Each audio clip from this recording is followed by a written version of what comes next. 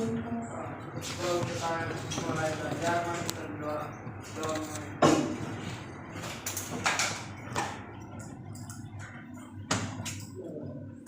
Doa selesai.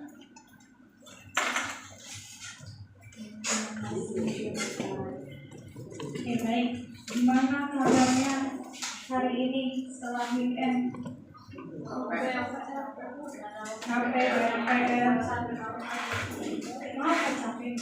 Kerjaan PR banyak. Itu gara-gara itu apa? Mandarin guru Mandarin kita, Bu. Kotak banget. Kenapa nggak kerjain worksheet lebih awal? Soalnya dia kasih tugasnya kayak satu bulan, Bu. Jadi weekendnya nggak kemana-mana ya? Kerjain PR doang, PR Mandarin doang. Oke.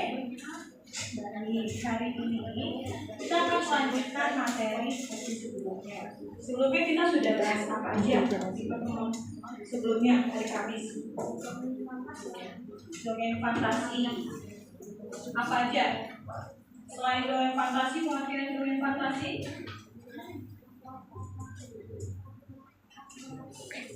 Yaitu termasuk unsur intrinsik dari dongeng fantasi. Ada lagi nggak selain unsur intrinsik, ada apa aja? Yang membangun suatu teks dongeng ada 4.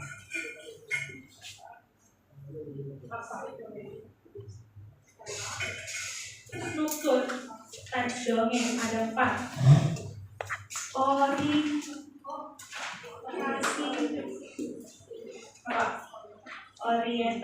Orientasi itu apa? Pendahuluan cerita, lebih tepatnya apa? Perkenalan suatu cerita. Terus setelah orientasi ada apa? Komplikasi berarti munculnya suatu masalah, munculnya konflik. Yang ketiga, resolusi apa?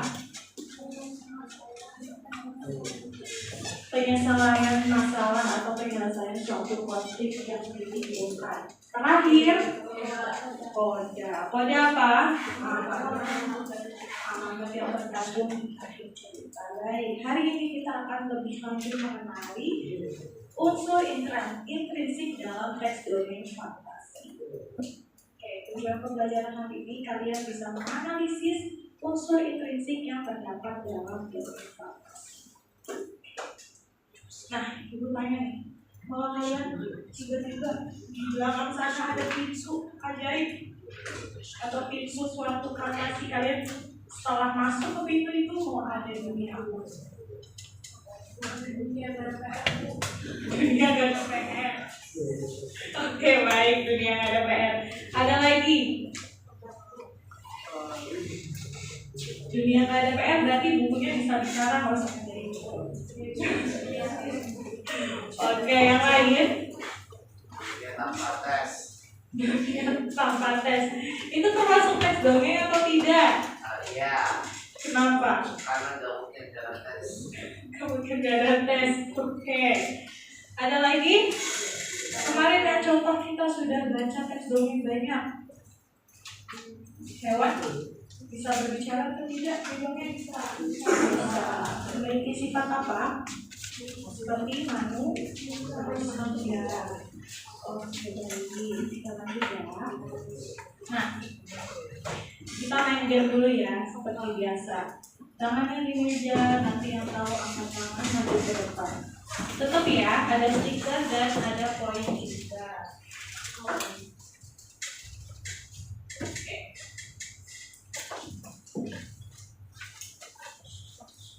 Baris ini dulu, nanti ibu 1, 2, 3 angkat tangan, terus maju ke depan, pilih box nomor berapa, oke?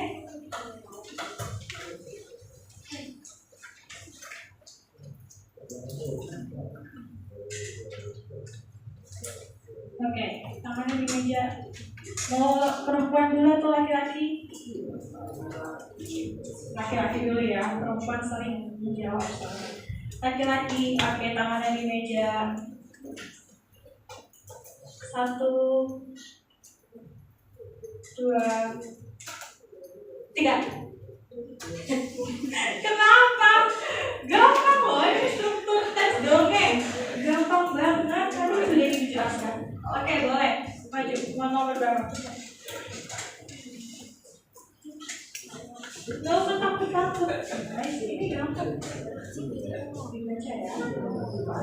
Kacil kemudian maksudnya karena ia membuat Haikal percaya bahwa buah itu dikasih. Oke, kita bahas ya. Tadi itu termasuk resolusi atau menyelesaikan masalah. Oke, nggak apa-apa. Oke, yang perempuan ya sekarang ya. 1, 2, 3.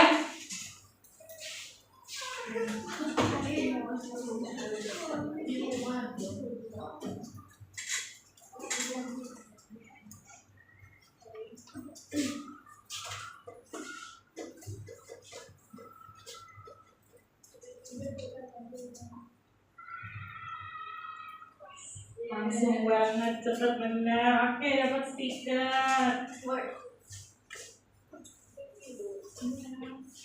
Oke, yang lain sekarang random ya. Acak. 1, 2, 3.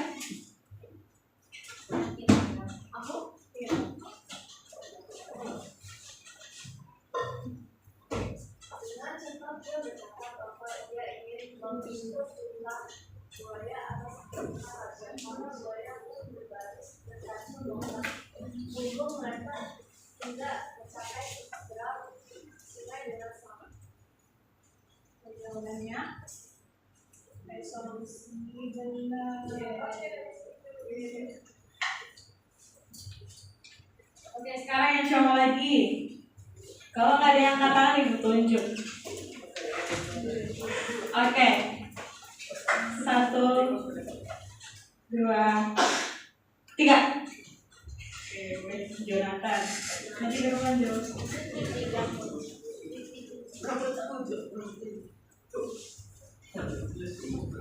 No. Oke,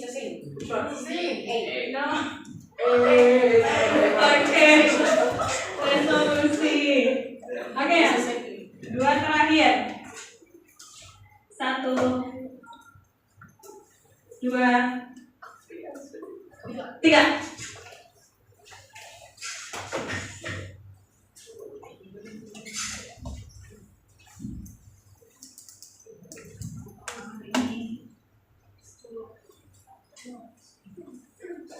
Resolusi apa saja? Resolusi.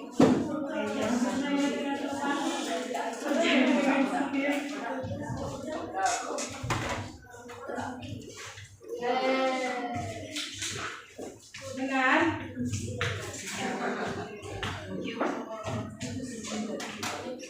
Stikernya besar ya? Nanti ditukar. Oke, yang terakhir.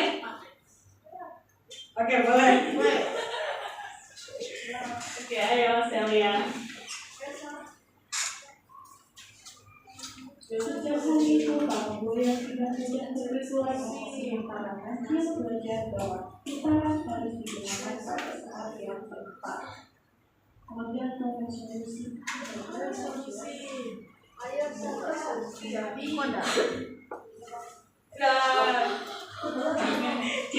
percaya dengan teman. Oke, baik. Oke ya. Main game lagi? Lanjut hari Kamis.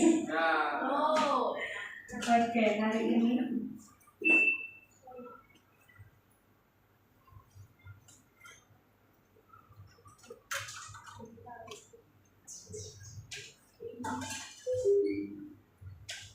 kita lanjut mengenai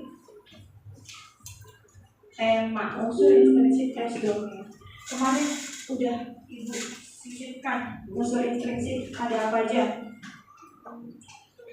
Apa istilahnya apa?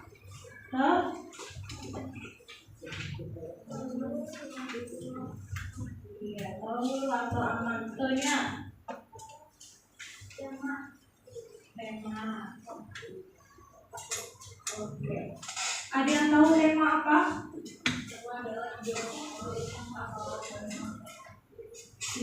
utama atau gagasan pokok.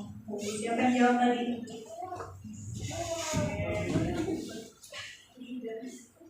Habis tema ada apa? Alur apa?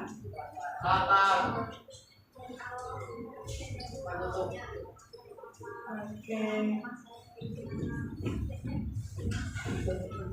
Betul, bagus sekali.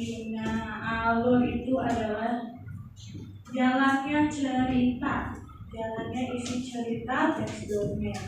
Biasanya alur itu dibagi menjadi 3. Yang pertama ada alur maju, yang kedua ada alur mundur, dan yang ketiga ada alur campuran atau alur maju dan mundur. Nah, biasanya itu alur maju ada yang tahu gimana ceritanya?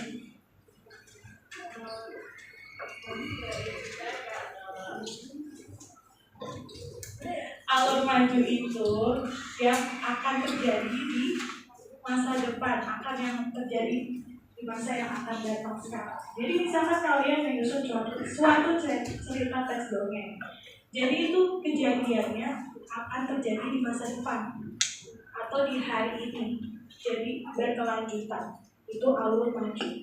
Kalau alur mundur, itu biasanya satu tokoh ini memiliki cerita yang dulu, masa lalu, past. Jadi suatu karakter yang memiliki cerita masa lalu, jadi disisipkan di alur ceritanya. Lalu yang campuran, ya pasti ya, ada yang kehidupan sekarang, lalu tiba-tiba di tokoh tersebut membayangkan suatu masa lalu. Baik, alur ada 3, maju, mundur, dan campuran. Setelahnya, latar. Latar ada dibagi menjadi berapa? 3. Ada apa aja? Latar, tempat, waktu, suasana. Oke, ini latar, tempat, waktu, dan suasana. Ini ya, latar waktu itu waktu kejadian dalam cerita. Contohnya yang sudah ibu pernah jelaskan minggu sebelumnya. Pada pagi hari, siang hari, atau pada zaman dahulu kala. Itu latar waktu. Selanjutnya ada latar tempat kejadian dalam cerita. Contoh gampang ya, di rumah, di hutan zona, di suatu desa, itu biasanya seperti itu latar tempat. Latar suasana. Kalau suasana hutan berarti apa? Suasana, latar suasana di hutan, berisik hewannya. Ada lagi? Bau hewan. Oke, boleh. Sepi mencekam atau suasananya sepi, syahdu, asri, tergantung ya, karena kan tergantung hutannya.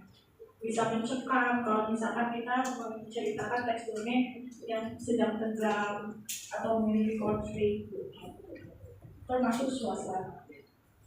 Oke, lanjut. Tokoh. Ada tokoh itu dibagi 2. Ada tokoh utama. Yang kedua ada tambahan atau figuran.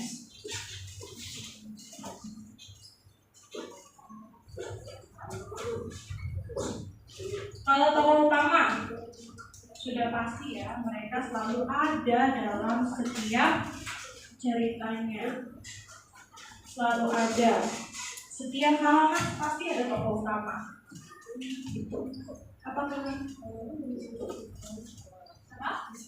Oh, bisa boleh. Oke, lanjut. Ada tokoh tambahan atau figuran. Nah, ini tidak setiap waktu atau tidak setiap halaman atau paragraf mereka muncul di dalam suatu teks cerita dongeng. Nah, di tokoh itu ada watak karakter para tokohnya. Ada 3 protagonis. Protagonis itu karakter yang jahat atau berlawanan. Karakter jahat, protagonis jahat. Antagonis. Protagonis itu tokoh utama yang baik dan antagonis tokoh yang jahat atau berlawanan. Kalau tritagonis, tokoh penengah, biasanya mereka netral, tidak mau ikut yang baik, tidak mau ikut yang jahat, jadi mereka netral. Mereka itu selalu berpikir dulu secara logis, baru menyelesaikan suatu masalahnya. Gimana? Lalu figuran atau tokoh tambahan tadi ya, biasanya dia itu tidak berkontribusi banyak di dalam cerita. Jadi kemarin yang kita contohnya kancil sama jerapah, monyetnya hanya jadi apa? Hanya berdiri saja kan, menjadi membantu perlombaan kan. Jadi itu monyet termasuk tokoh tambahan. Oke, yang terakhir ya, ini amanah. Sudah pasti itu biasanya ada di kode, di ending cerita tekstur amanah. Biasanya berisi pesan moral atau nasihat yang ada dalam cerita teks dongeng yang disampaikan oleh pengarang atau penulisnya. Oke, baik. Nah, hari ini kita akan menyimak suatu video teks dongeng. Jadi, Ibu minta kalian perhatikan dulu. Di satu video, Ibu tayangkan 2 kali ya. 2 kali penayangan. Yang pertama, kalian itu tidak boleh tulis sama sekali. Jadi, menonton dan menyimak, telinganya dipakai untuk mendengarkan dan tangannya tidak boleh menulis apapun. Jadi kalian harus benar-benar fokus untuk menonton teks dongengnya. Lalu setelah selesai baru Ibu bagikan worksheetnya. Habis itu tayangan kedua kalian boleh nulis, mendengarkan sambil menulis di worksheetnya. Oke? Gak boleh nulis ya, biar kalian fokus dulu untuk melihat videonya.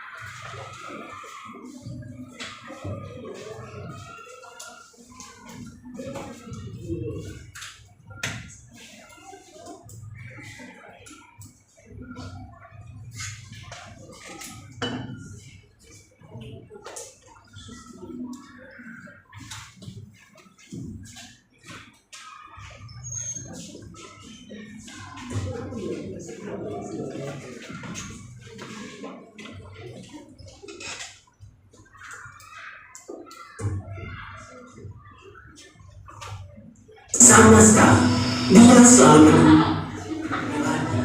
Dia terlalu bangga menjadi lebih tinggi dari pohon yang sombong. Apa ya? Kedengaran tidak?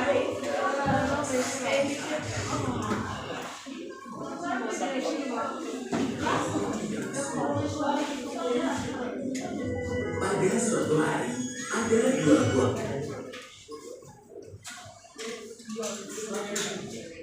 pohon. Yang satunya adalah pohon ara dan yang satunya adalah pohon dengri yang setiap harinya, setiap musim gugur, burung-burung akan datang untuk memantulkan dahan-dahannya dan burung layang-layang akan bernyanyi. Pohon itu dengan gembira menyambut semua burung dan bernyanyi bersama mereka. Dia adalah pohon yang murah hati.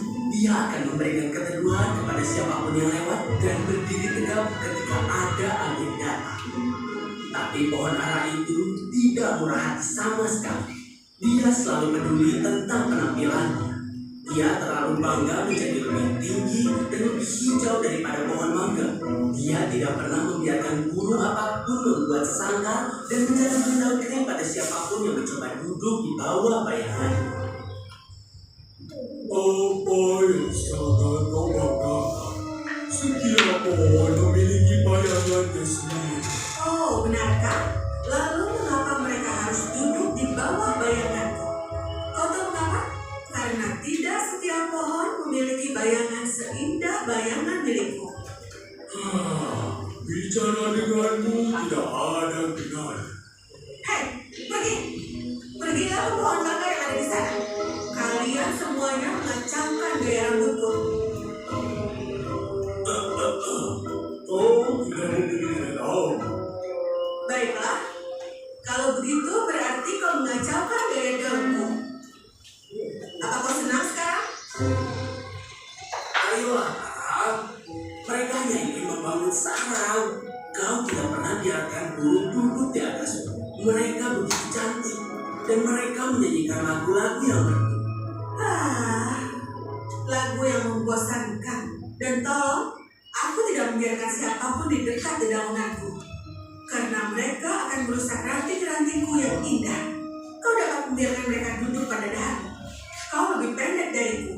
Dan kau tidak terlihat hebat sama sekali. Awas. Itu adalah hal yang sangat kejam untuk dikatakan, Ara. Oh, itu tidak apa-apa, Angin. Aku tidak terluka. Menjadi pendek bukanlah hal yang buruk. Aku bahagia dengan diriku. Hari-hari berlalu dan tidak ada yang berubah antara pohon mangga dan pohon ara. Di mana pohon mangga akan terus tersenyum dan bernyanyi sepanjang hari, pohon ara tidak akan berbicara dengan siapapun.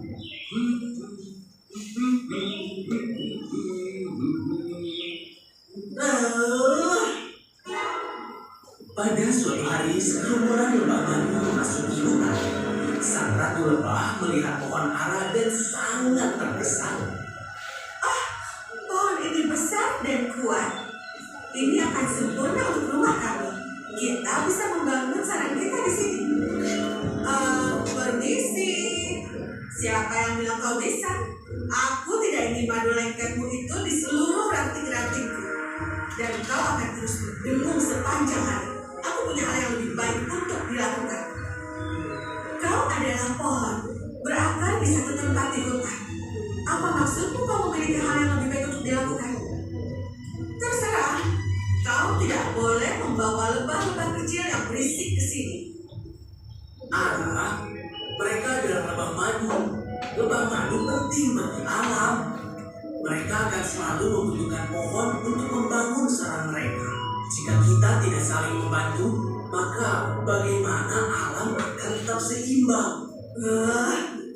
Jika benar alam ingin aku merusak ranting-rantingku, maka itu tidak akan membuatku begitu kuat dan juga cantik. Aku ini adalah ciptaan alam yang sangat indah, jadi aku akan menjaga diriku tetap indah demi untuk alam. Lalu mengapa kau menasihati aku seperti ini? Jika kau peduli pada alam, kau lakukanlah. Kau biarkan lebah-lebah ini membangun sarang pada dahanmu. Dan sekarang aku akan pergi. Pohon mangga sangat terluka oleh kata-kata pohon ara. Namun ia memilih untuk tidak bereaksi. Malahan ia memanggil kawanan lebah dan meminta mereka membangun sarang di dahannya. Kau sangat murah hati, Mangga. Kami ingin membangun sarang kami di sini. Baumu sangat manis. Terima kasih, Ratuku. Aku merasa terhormat. Lebah membangun sarang mereka di pohon mangga dan tinggal di sana dengan damai. Pohon mangga tidak terganggu oleh gedung mereka ataupun oleh lengketnya madu. Pohon ara di sisi lain terus berteriak pada siapapun yang terlihat. Hei, obrolan kecilmu itu sangat menggangguku. Kalian jangan berisik. Dasar burung-burung cerewet.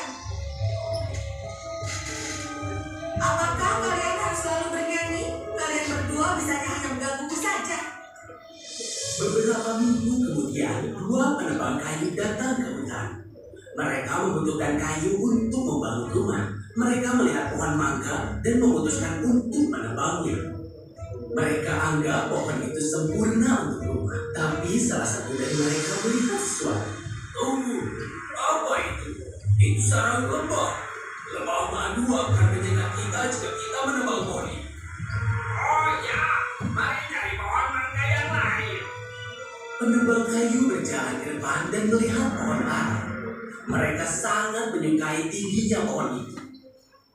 Mari kita mulai dari bagian terendah pohon ini. Dan kemudian penebang kayu mulai menebang pohon ara. Pohon ara mulai menangis. Dia tidak ingin meninggalkan hutan. Tiba-tiba dia merindukan burung pipit dan burung yang lain. Itu menyakitkan. Apa yang akan mereka lakukan padaku? Pohon mangga menyaksikan semua ini dan memanggil lebah madu. Hei, para lebah, apa kalian di sini? Halo Mangga, apa yang terjadi? Ara dalam masalah. Kita harus membantunya. Oh, tidak. Dia itu hanya peduli pada...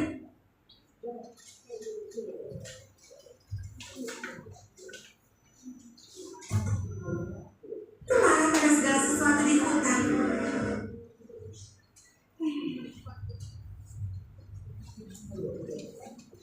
Kenapa kita harus membantunya? Karena alasan yang sama, aku memintanya untuk membantumu. Tapi dia tidak membantuku ini. Aku bersama lebah kali ini, Mama. Ara sangat menghargai dirinya sendiri sepanjang waktu. Seandainya dia biarkan lebah membangun sarangnya, penebang kayu tidak akan mendekatinya. Dia mendapatkan apa yang dia layak dapat. Tidak, Amin. Bagaimanapun perilaku Ara, kita tidak bisa seperti dia. Hanya karena seseorang kasar kepada kita, bukan berarti kita harus bersikap kasar kepada mereka. Hutan ini adalah rumah bagi kita semua. Kita tidak bisa meninggalkan Ara ketika dia sangat membutuhkan kita. Yang dikatakan Mangga benar. Kami harus membantu Ara. Ayo teman-teman, ayo keluar. Pohon Ara membutuhkan bantuan kita. Semua lebah keluar dari sarangnya dan terbang menuju ke penebang kayu. Para lebah mulai berdebu di dekat telinga mereka dan di depan mata mereka.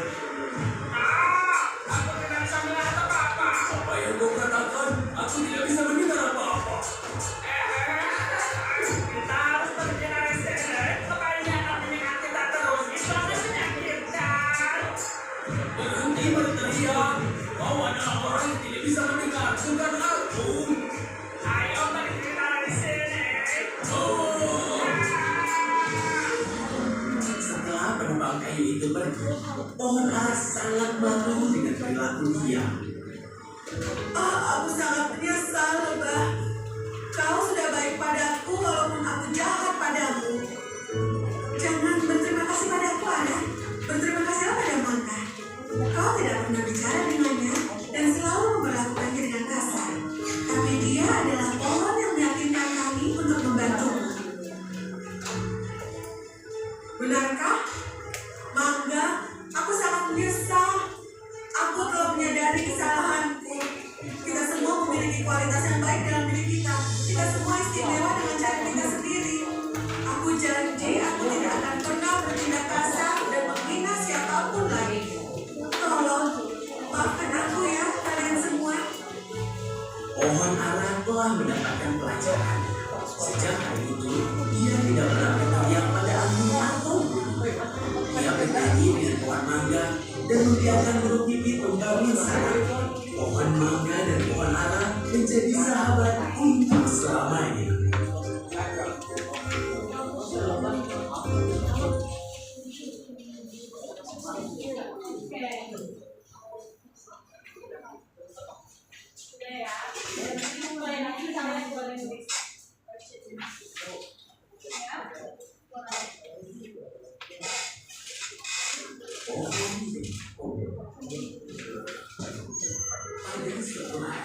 Ada sebuah pohon di tengah biru. Salah satu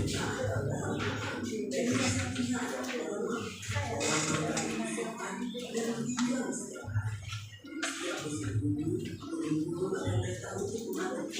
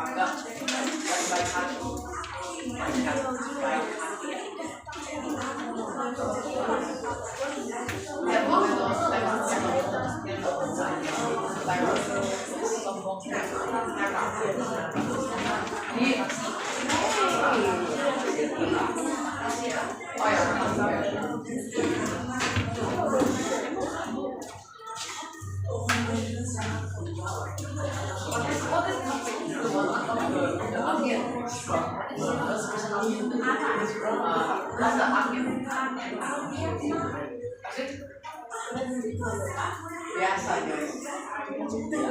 Ya, ada semua baik. Ya, that's baik. Bapak baik, mungkin baik. Kon arah baik.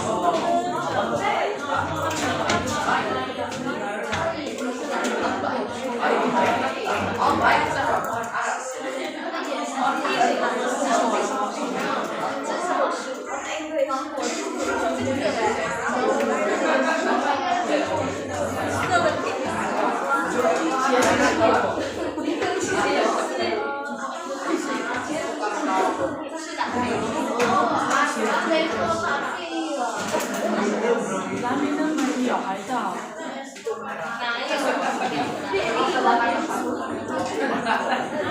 他们不是长得草就草莓。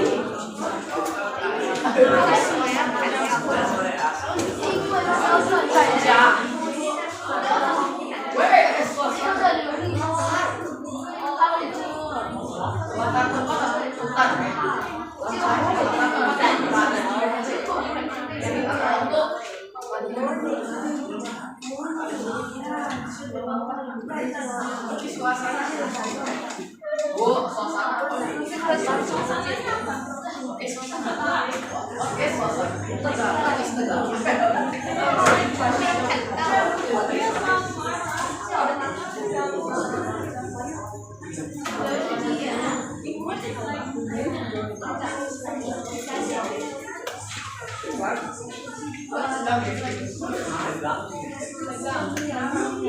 Oh, the gun is actually also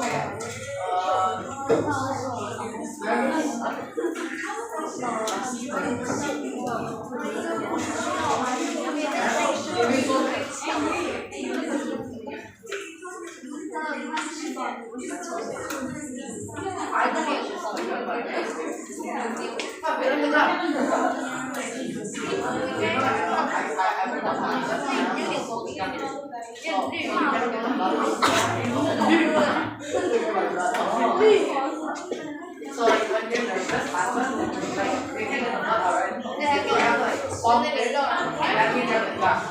So like I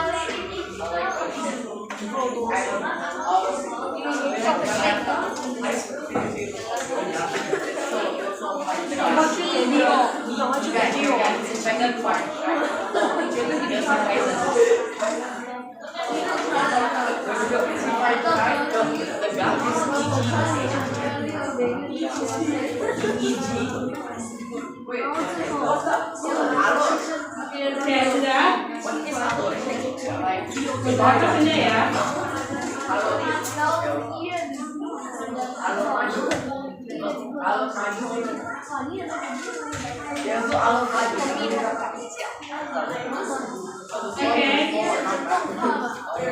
Berapa sudah ya?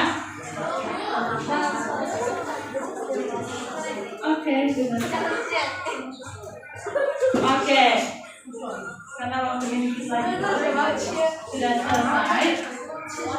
Ibu kalian salah satu maju ke depan menjelaskan analisis yang sudah kalian buat S2-nya. Ayo, yang sudah selesai siapa angkat tangan? Dibaca saja, dibaca ke depan. Cowok satu, cewek satu ya. Nanti kalau ada yang berbeda berapa? Bilang ke ibu. Ibu saya berbeda. Boleh maju ke depan. Oke? Oke, sudah ya. Perhatian semuanya. Oke. Depan masih apa Ruby? Oke, boleh Ruby dulu. Nanti kalau ada yang berbeda, ditandain apa yang beda. Terus ibu saya bagian ini berbeda. Boleh sebutkan perbedaan. Oke. Oke, jadi judul bagiannya adalah pohon yang sombong. Tema atau bagian utamanya adalah kesombongan akan selalu membawa kemasa. Contohnya ada pohon mangga, pohon ara, angin, dan lebah. Manusianya cuma kelihatan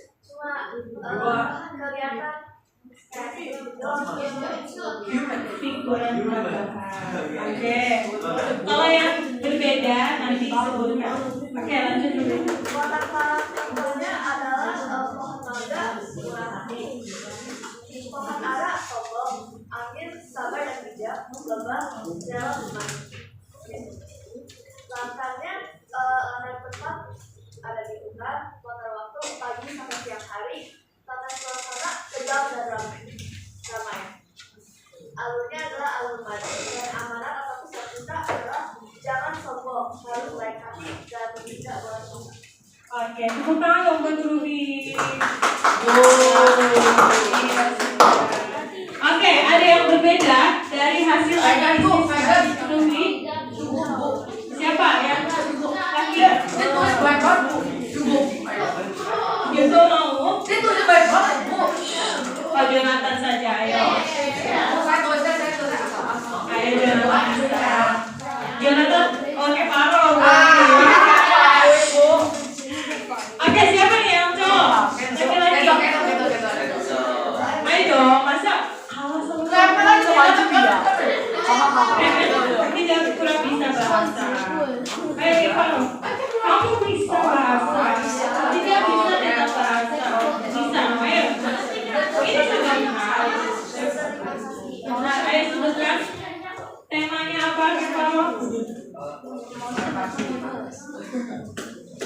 Fantasi. Oke, tokohnya yang berbeda dari Ruby? Nggak ada. Nggak ada, oke. Nah, penambang kayu itu tokoh figuran atau tambahan ya. Jadi apa yang kalian terapkan dalam kehidupan kita?